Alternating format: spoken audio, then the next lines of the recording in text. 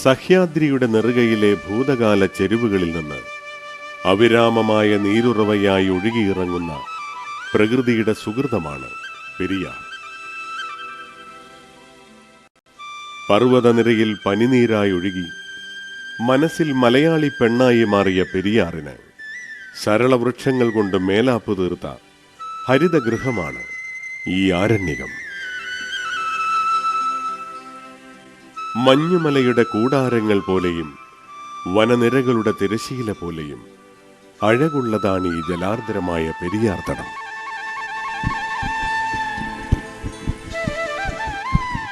ഭൂമിയോടും ജീവജാലങ്ങളോടുമുള്ള മനുഷ്യരുടെ അറ്റുപോകാത്ത ബന്ധത്തിന്റെ തരളമായ താളലയം സൂക്ഷിക്കുന്ന കാഴ്ചത്തടം.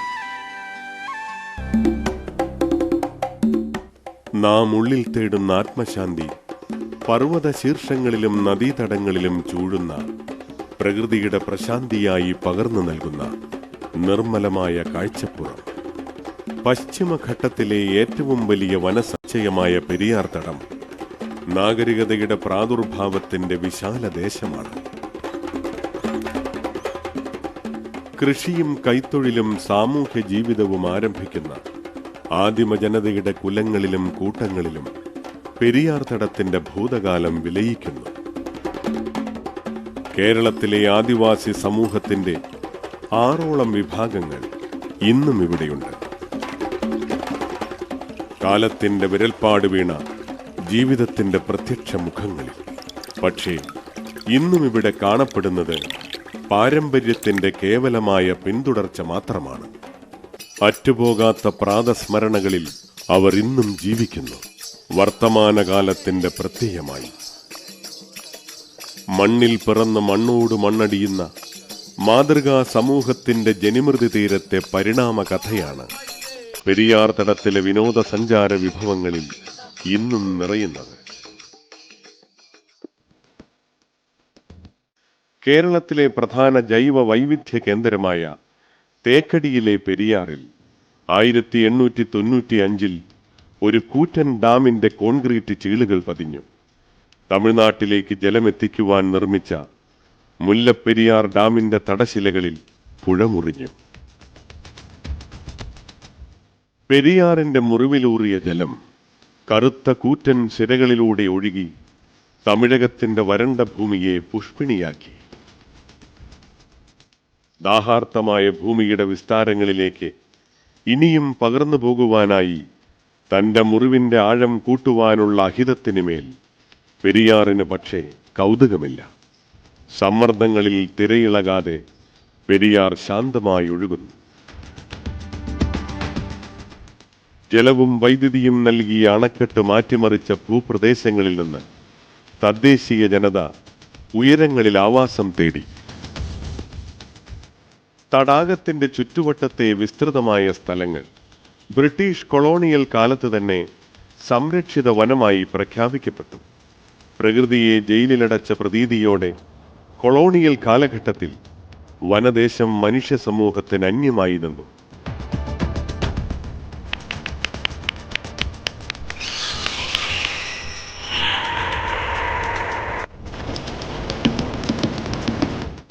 സസ്യജന്തുജാല സമൃദ്ധമായ പെരിയാർ തടം 1950 പെരിയാർ വൈൽഡ് ലൈഫ് സാങ്ച്വറി എന്ന് പുനർനാമകരണം ചെയ്യപ്പെട്ടു. 1979 ദേശീയ അടിസ്ഥാനത്തിൽ നിലവിൽ വന്ന കടുവ സംരക്ഷണ പദ്ധതിയിൽ പെരിയാർ തടം ഉൾപ്പെടുത്തുകയും ചെയ്തു. 40ഓളം കടുവകളെ സംരക്ഷിക്കുന്ന പെരിയാർ മേഖല ഇന്ത്യയിലെ 10ാമത്തെ ടൈഗർ റിസർവാണ്. ആൺകടുവകൾ കൂട്ടത്തിൽ നിന്ന് ഒറ്റപ്പെട്ട് നടക്കുന്നു. ഉൾക്കാടുകളിലെ പരന്ന പുൽപ്രദേശങ്ങളാണ് കടുവകൾ താവളങ്ങളായി തിരഞ്ഞെടുക്കുന്നത്. വർഷം തോറും പെരിയാറിലെത്തുന്ന 4 ലക്ഷത്തോളം സന്ദർശകരിൽ 40,000 പേർ വിദേശികളാണ്. മുഖ്യധാര ടൂറിസത്തിന്റെ നിയാമക വൃത്തങ്ങൾ കണ്ട് മടങ്ങുന്ന ഇവർക്ക് വ്യത്യസ്തമായ സന്ദർശനാനുഭവങ്ങൾ പകരുവാൻ സമൂഹാധിഷ്ഠിത ഇക്കോ ടൂറിസം പരിപാടികൾ ഇവിടെ ആവിഷ്കരിക്കപ്പെട്ടിരിക്കുന്നു. കേരള വനം വകുപ്പിന്റെ വികസന പദ്ധതികളുടെ ഭാഗമാണിത്. നിരന്തരമായി നവീകരിക്കപ്പെട്ടുകൊണ്ടിരിക്കുന്ന ടൂറിസം പാക്കേജുകളിലും പരിപാടികളിലും തദ്ദേശീയ ജനതയാണ് വഴികാട്ടികളാകുന്നത്.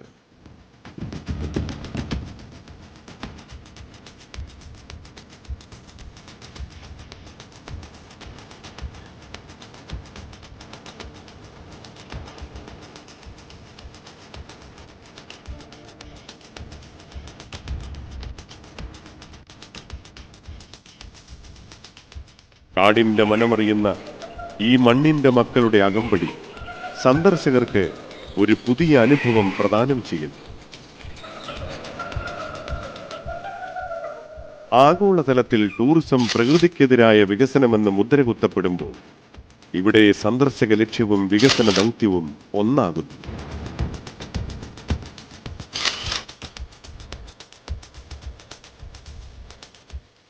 ആദിവാസി പ്രതിനിധികളുടെ വനരക്ഷാടനത്തോടൊപ്പമുള്ള ടൈഗർ ട്രെയിൽ വനത്തിന്റെ ഉള്ളറകളെ ആഴത്തിൽ കണ്ടറിയുവാനുള്ള അവസരം നൽകുന്നു.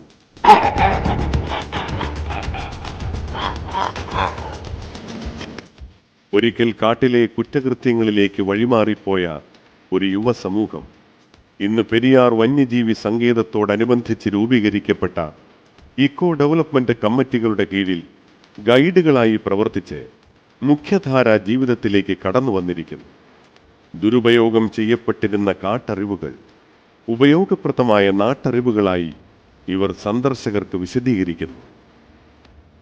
സമുദ്രനിരപ്പിൽ നിന്നും 2000 മീറ്റർ വരെ ഉയരത്തിൽ സ്ഥിതി ചെയ്യുന്ന നിമ്നോന്നതമായ ഈ ഭൗമതലത്തിൽ ഏറെയും മഴക്കാടുകളാണ്. 1976ഓളം പൂവിടുന്ന സസ്യങ്ങൾ ഇവിടെ വളരുന്നു. ഇതിന്റെ 1/4 ഭാഗത്തോളം ഇവിടെ മാത്രം കാണപ്പെടുന്നവയാണ്. 350-ൽ പരം ഔഷധ സസ്യങ്ങൾ കണ്ടെത്തപ്പെട്ടിട്ടുണ്ട്.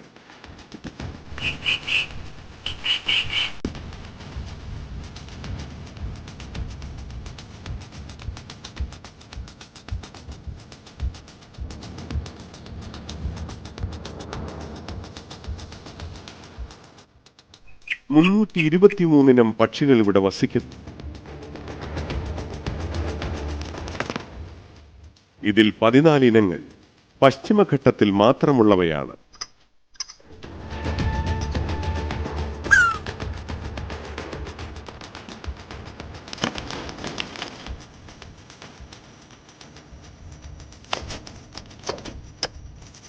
കണ്ടെത്തപ്പെട്ടിട്ടുള്ള 63 സസ്തനികളിൽ 7 എണ്ണം പശ്ചിമഘട്ടത്തിൽ മാത്രം ജീവിക്കുന്നു.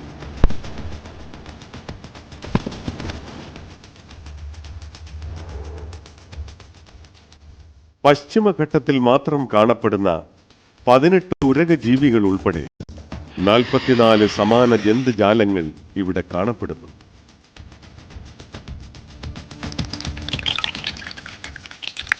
പെരിയാർ തടത്തിൽ മാത്രമായി 9 ഇനം മത്സ്യങ്ങളുണ്ട്. ഇവയ്ക്ക് പുറമെ കേരളത്തിലെ മറ്റ് ജലാശയങ്ങളിൽ കാണുന്ന 31 ഇനം മത്സ്യങ്ങൾ കൂടി ഇവിടെ വളരുന്നു. ഒരു രാത്രിയും 2 പകലും അല്ലെങ്കിൽ 2 രാത്രിയും 3 പകലുകളുമുള്ള ടൈഗർ ട്രെയിൽ പാക്കേജുകളുമുണ്ട്.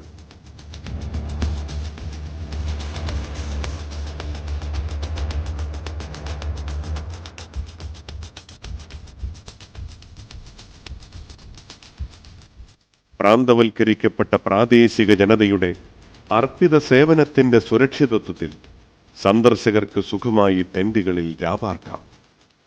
220 കിലോമീറ്റർ നീളമുള്ള പെരിയാർ സങ്കേതത്തിന്റെ അതിർത്തികളിലൂടെയുള്ള ബോർഡർ ഹൈക്കിംഗ് ഒരു പകൽ മാത്രം ദൈർഘ്യമുള്ള വനയാത്രാ വിനോദമാണ്. 3 മണിക്കൂർ പകൽ ദൈർഘ്യമുള്ള നേച്ചർ വാക്ക് കാനന ഭംഗിയുടെ കാഴ്ചകൾ സുതാര്യമാക്കുന്നു.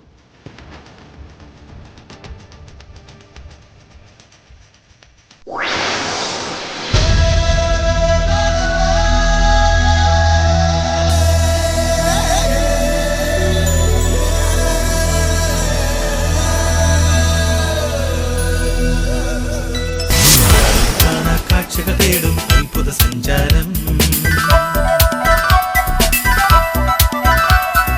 വഴിയോര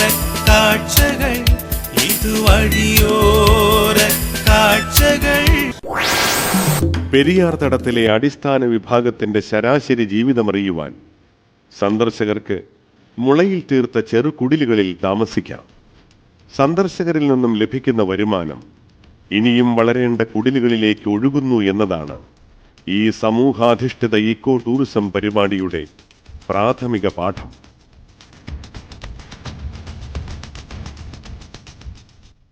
വനത്തിൽ സുലഭമായ മുളകൾ ജലയാനങ്ങളായി മാറുകയും അവ കാടിന്റെ കാണാക്കയങ്ങൾ തേടുകയും ചെയ്യുന്ന ബാംബു റാഫ്റ്റിംഗ് പെരിയാർ സന്ദർശനത്തിലെ മറ്റൊരപൂർവതയാണ്.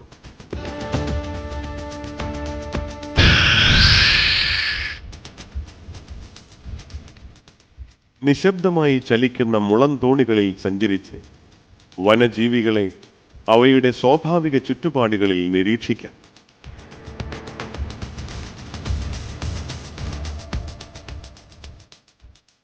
നിശയുടെ നിറവിൽ കാടിന്റെ കാണാപ്പുറങ്ങൾ തേടിയുള്ള യാത്രയ്ക്ക് രാത്രികാല പാറാവ് സംഘത്തോടൊപ്പം സന്ദർശകർക്കും പങ്കുചേരാം. ജംഗിൾ പട്രോളിങ്ങിന്റെ ഈ വഴി അറിയപ്പെടാത്ത അത്ഭുതങ്ങളിലേക്കുള്ള ആകാംക്ഷ നിറഞ്ഞ യാത്രാപഥമാണ്. വനത്തെ പ്രതിലോമകരമായി ആശ്രയിച്ചിരുന്ന 20ഓളം പേർ ഇന്ന് ജംഗിൾ പട്രോളിങ്ങിന്റെ ഗൈഡുകളായി പ്രവർത്തിക്കുന്നു.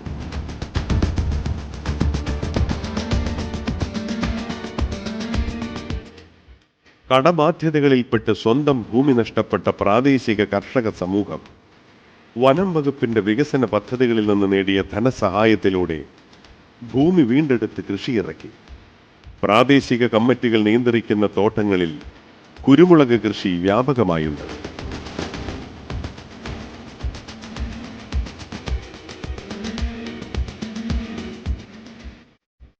ഇവയുടെ സംഭരണവും വിപണനവും ഈക്കോ ഡെവലപ്മെന്റ് കമ്മിറ്റികൾ നടത്തുന്നു. പെരിയാറിന്റെ സാംസ്കാരിക പശ്ചാത്തലം രൂപപ്പെടുത്തിയ പരമ്പരാഗത ജനത മന്നാൻ, ഉള്ളാടൻ, ഊരാളി, പളിയൻ, മലമ്പണ്ടാരം, മലയരയൻ എന്ന 6 വിഭാഗങ്ങളിലായി അറിയപ്പെടുന്നു.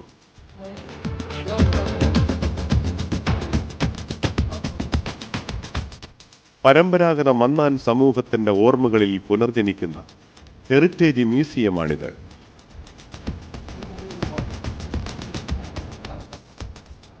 ആരാധനാലയം മുതൽ ഗൃഹോപകരണങ്ങളും മരണമഞ്ചം വരെയും ഇവിടെ ഒരുക്കിയിരിക്കുന്നു.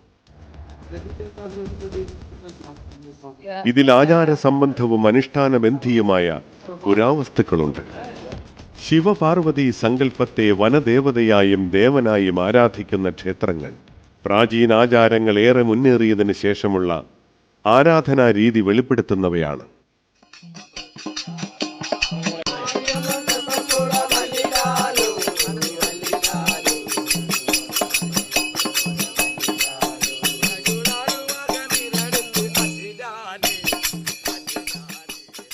ഉത്സവത്തിലും ആഘോഷത്തിലും ആരാധനയിലും മരണത്തിലും പാട്ടും നൃത്തവും പതിവിനമാണ്.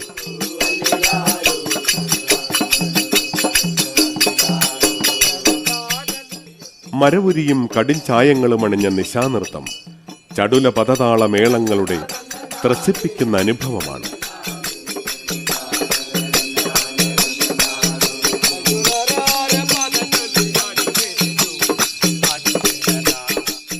തമിഴും മലയാളവും കലർന്ന പിൻപാട്ടിന് കുഴിതാളവും തോൽവാദ്യവും അകമ്പടി.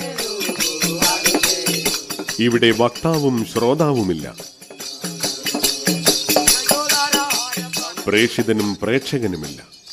ഏവരും അറിയാതെ ചേർന്നു പോകുന്ന ചടുല പദവിന്യാസങ്ങളുടെ ഏകലയ താളം മാത്രം.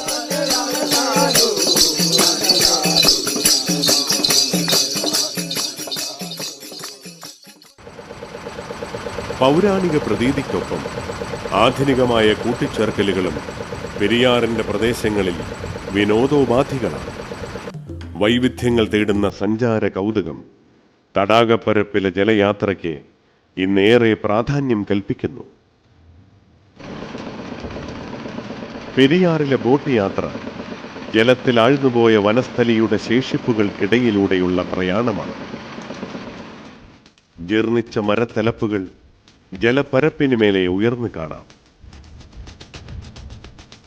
ഇതിപ്പോൾ പക്ഷികളുടെ വിശ്രമ സ്ഥലം കൂടിയാണ്.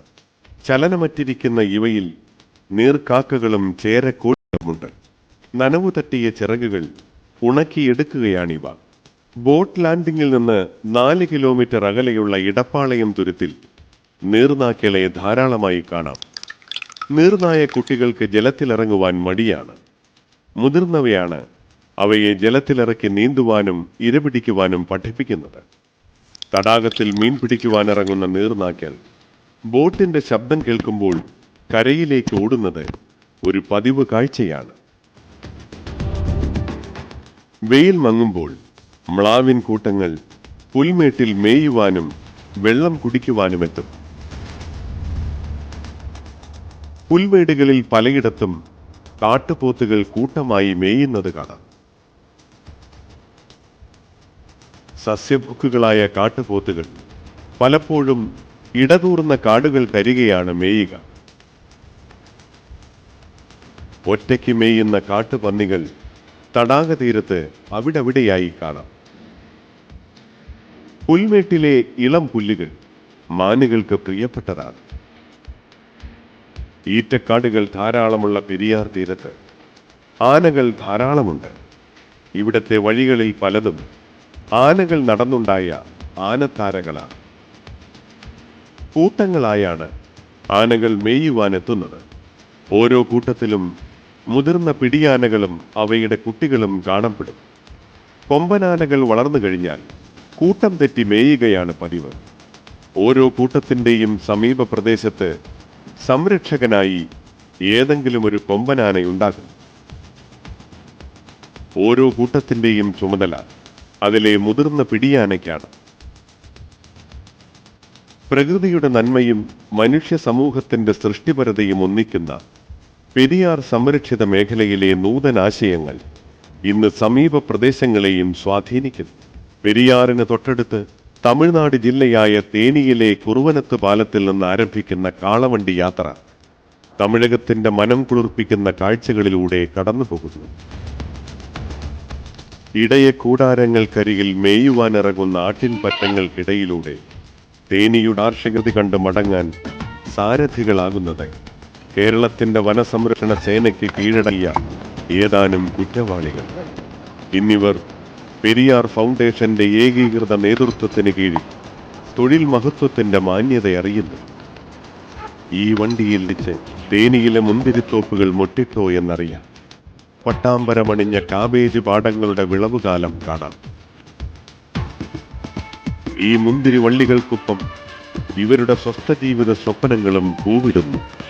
പൂത്തുലഞ്ചൂടിയ മുന്തിരിത്തോപ്പ് പോലെ മധുരോദാത്തമായ ഒരനുഭവമായി മാറുകയാണ് പെരിയാറിന്റെയും പരിസരങ്ങളുടെയും വിനോദസഞ്ചാര വിരുന്ന്.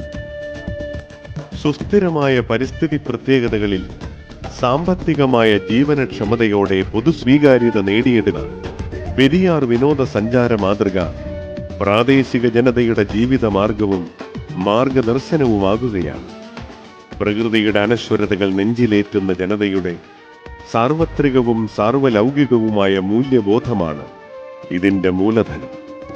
ജനതയുടെ ഇച്ഛാശക്തിയിൽ സുന്ദരഭാവങ്ങളണിയുന്ന അല്ലയോ മോഹന പ്രകൃതി, ഇവിടെ നിന്റെ സംരക്ഷകരും സന്ദർശകരും ഒന്നിക്കുന്നു. കൽപ്പാന്തകാലത്തേക്കും കരുതി വെച്ച നിന്റെ നിറഞ്ഞ മനസ്സിന്റെ നീരുറവയുടെ തീരത്ത്.